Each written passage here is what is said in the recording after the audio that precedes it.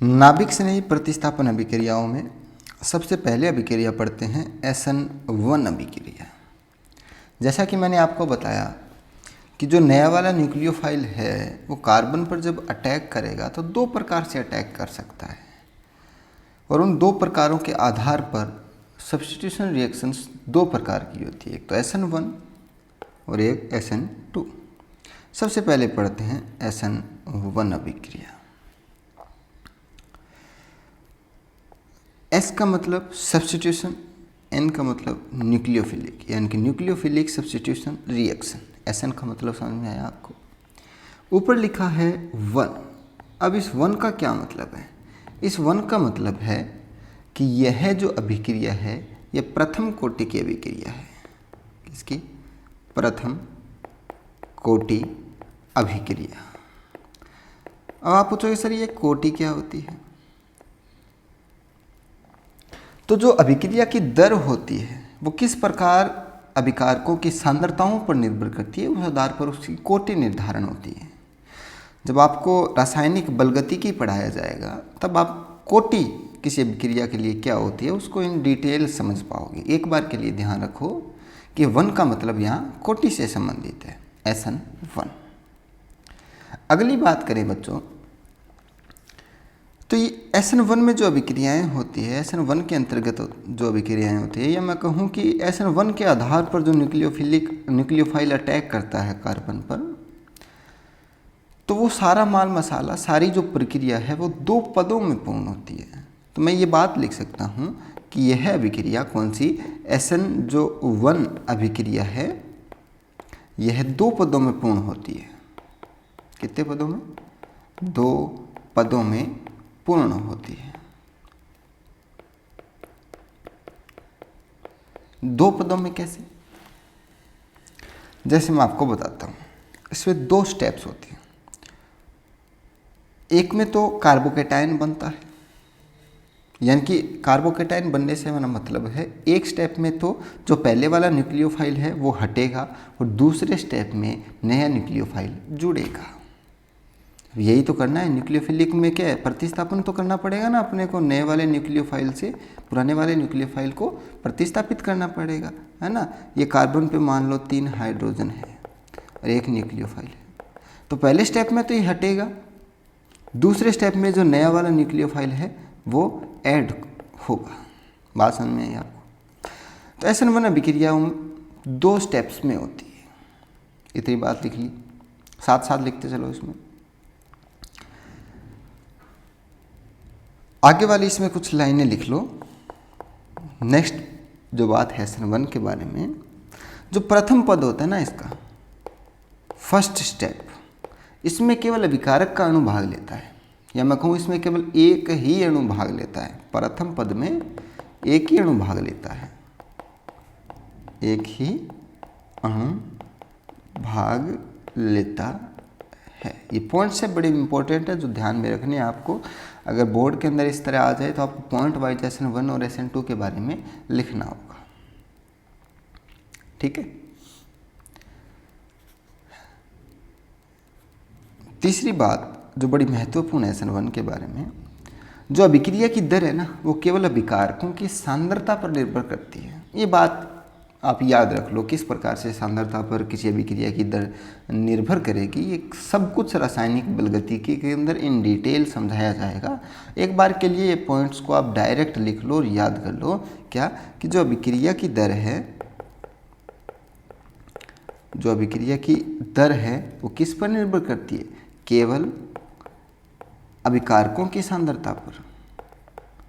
अभिकारकों की, अभिकारक कौन है यहाँ? एल्किल हैलाइड है, यानी कि मैं कह रहा हूँ न्यूक्लियोफाइल की कंसंट्रेशन पर निर्भर नहीं करती, अभिकारकों की सांद्रता पर निर्भर करती है। ये बात लिख लो, केवल अभिकारकों की सांद्रता पर ही निर्भर करती है, यानी कि दर केवल एक ही प्रकार के कंपाउंड पर डिपेंड करता है। इसी कारण यह प्रथम कोटि की अभिक्रिया है ना। जितने प्रकार की कंसंट्रेशन पे ये डिपेंड करता है उस आधार पर अपन कोटि निर्धारण करते हैं।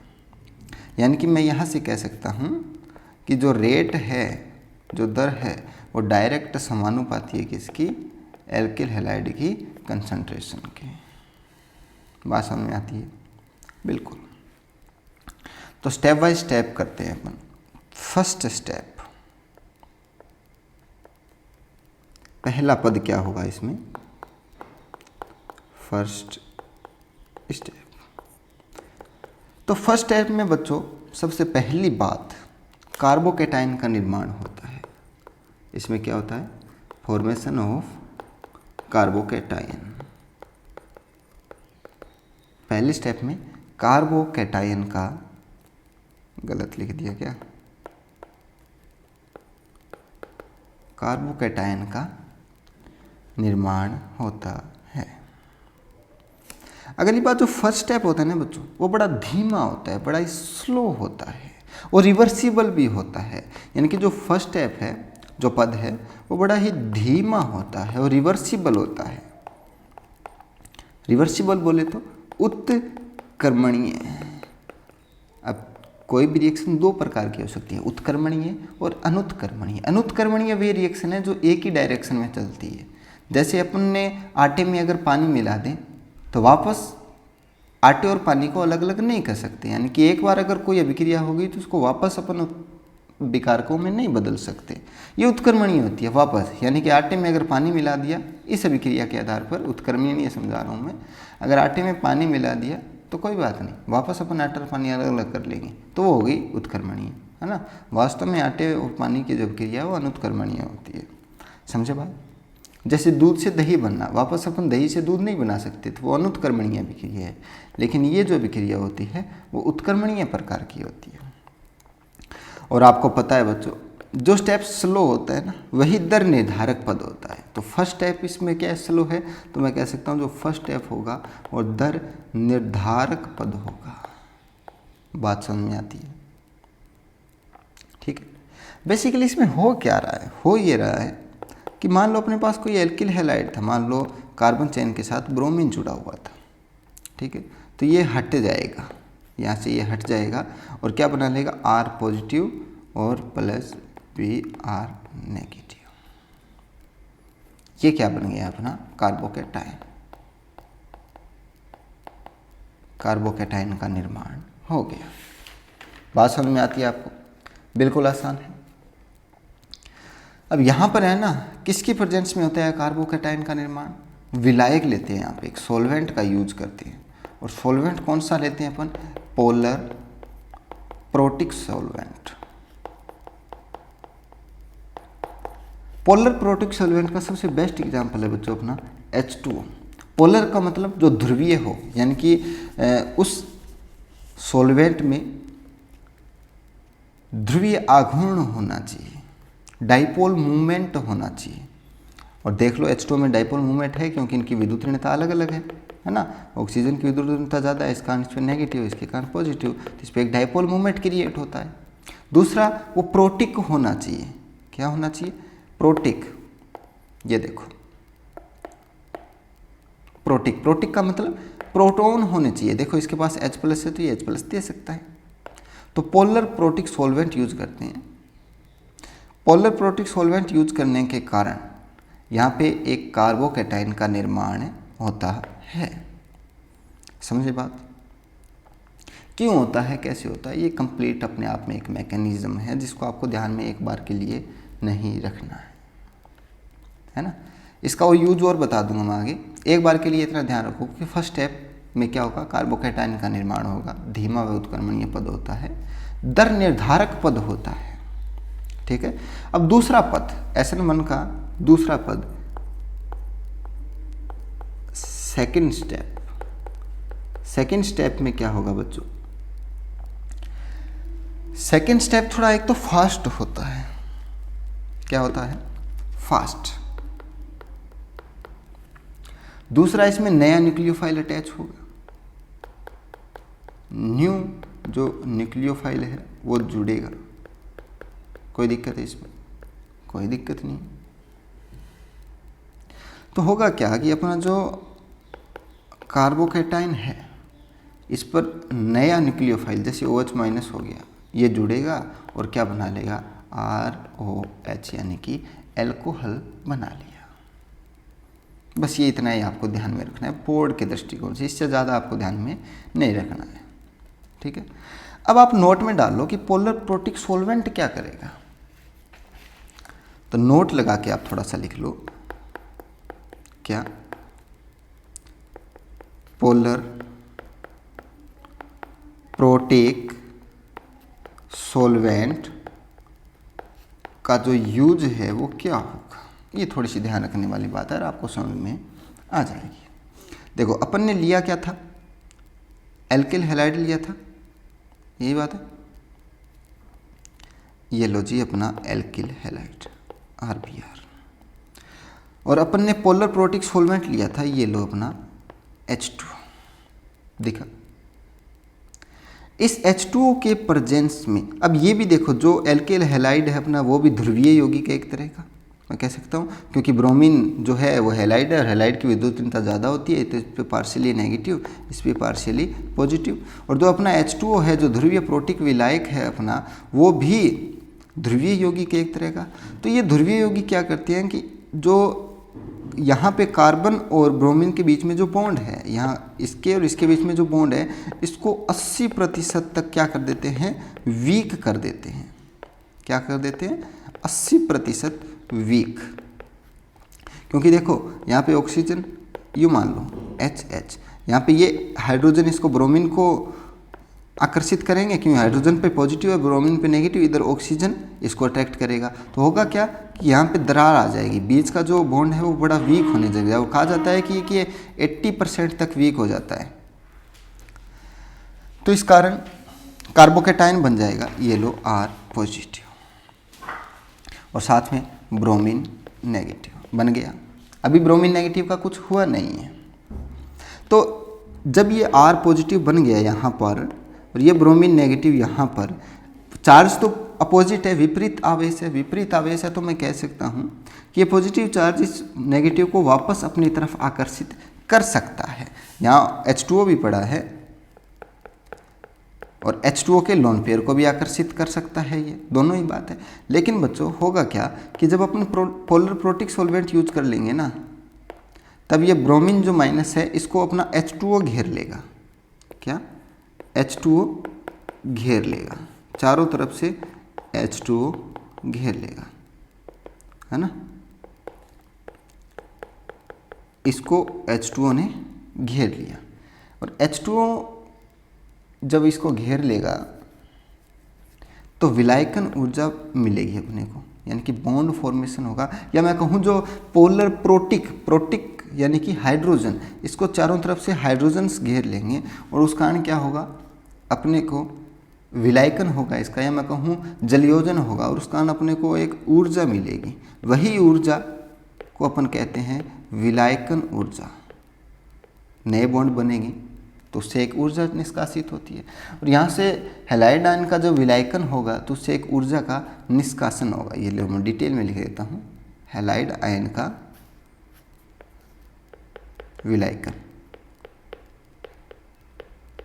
हैलाइड आयन का विलायकन, और उससे क्या निकलेगी बच्चों, उससे ऊर्जा का निष्कासन होगा और यही ऊर्जा आगे अभिक्रिया को आगे चलाती है। तो ब्रोमीन को कौन घेर लेता है, प्रोटॉन घेर लेते हैं H2O की। इस कारण वो वापस जो कार्बोकेटाइन है हमारा इसकी तरफ नहीं जा पाते और इस कारण मैं कह सकता हूँ कार्बोकेटाइन फ्री है नए न्यूक्लियोफाइल के लिए। तो बात समझ में आई आपको, अरे बात समझ में आई। अब कार्बोकेटाइन की स्टेबिलिटी अपने को देखना होता है, ये अभिक्रिया उतनी ही तेज होगी जितना कार्बोकेटाइन की स्टेबिलिटी होगी। तो अपने को स्टेबिलिटी ऑफ कार्बोकेटाइन देखना होता है हमेशा। यहाँ पे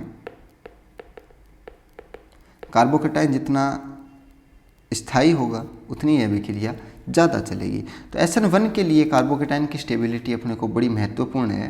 तो मैं कह सकता हूँ कि जो SN1 की क्रियाशीलता का क्रम है, SN1 की जो क्रियाशीलता है, क्रियाशीलता का क्रम है किसके आधार पर, कार्बोकेटाइन के आधार पर। वो कौन सी होगी, 3 डिग्री सबसे ज़्यादा, उसके बाद 2 डिग्री, उसके बाद 1 डिग्री। बात समझे। अगर 3 डिग्री कार्बोकेटाइन है, यानी कि मैं कहूँ कि कार्बन और इस पे पॉजिटिव चार्ज और उससे 3 और मेथिल समूह जुड़े हैं, मान लो मेथिल समूह जुड़े हैं, तो ये सबसे ज़्यादा स्थायी है, स्थायित्व मैं बता रहा हूँ। इसके बाद मैं कहूँ कार्बोकेटाइन के साथ अगर 2 ही मेथिल जुड़े हुए हैं, वो कम स्थायी है, और इससे भी कम स्थायी है ये वाला। बात समझ में आई आपको? क्यों? क्योंकि देखो इसके स्थायित्व का कारण ये है कि ये पॉजिटिव आयन को क्या कर देंगे, थोड़ा सा कम कर देंगे। बात समझ में आई? तो जो पॉजिटिव आयन होगा वो बड़ा ही स्टेबल होगा, बड़ा ही स्थायी होगा। तो ये थी बच्चों अपनी SN1 अभिक्रिया। बड़ी आसान है, कुछ ही पॉइंट्स आपको ध्यान में रखने हैं और SN1 अभिक्रिया कंप्लीट। ज़्यादा मुश्किल है ही नहीं, है ना। तो बोर्ड के बिहेव से आपको क्या ध्यान में रखना है कि SN1 अभिक्रिया का जो ये 1 है वो प्रथम कोटि अभिक्रिया है। अभिक्रिया 2 पद में पूर्ण होती है और प्रथम पद में एक ही अणु भाग लेता है और अभिक्रिया की दर केवल एल्किल हैलाइड की सांद्रता पर निर्भर करती है। फर्स्ट स्टेप में क्या है, कार्बोकेटाइन का निर्माण होता है, पद धीमा व उत्क्रमणीय होता है और दर निर्धारक पद यही होता है। इसमें सॉल्वेंट का यूज होता है कार्बोकेटाइन निर्माण में, वो कौन सा है, पोलर प्रोटिक सॉल्वेंट का अपन यूज करते हैं। फिर सेकेंड स्टेप है अपना, बड़ा ही आसान, और SN1 की क्रियाशीलता का क्रम इतना लिखाओगे पूरे में से पूरे नंबर मिलेंगे आपको। तो बात समझ में आती है आपको? कोई दिक्कत वाली बात है नहीं? तो इसमें SN1 में ना कुछ लिखवाना बाकी रह गया, वो लिख लो आप। तो SN1 में क्या बनता है, इंपॉर्टेंट पॉइंट्स लिख लो। SN1 में कार्बोकेटाइन बनता है, SN1 में कार्ब धनायन बनता है, कार्ब धनायन का निर्माण होता है। लिख लिए बात, जो कि मैं आपको समझा चुका हूँ।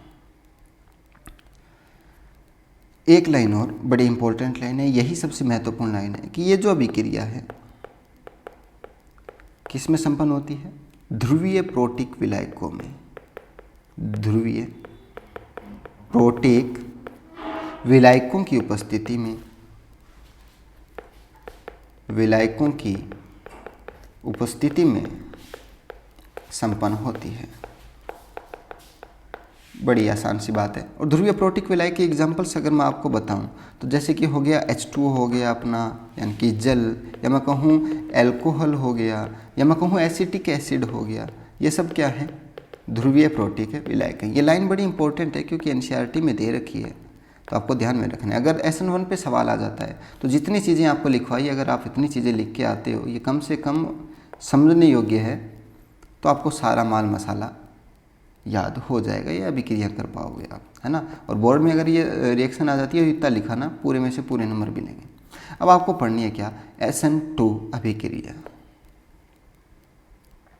दूसरी हेडिंग है क्या, SN2 अभिक्रिया। बिल्कुल आसान सी है। तो अब अपने को पढ़नी है ये वाली।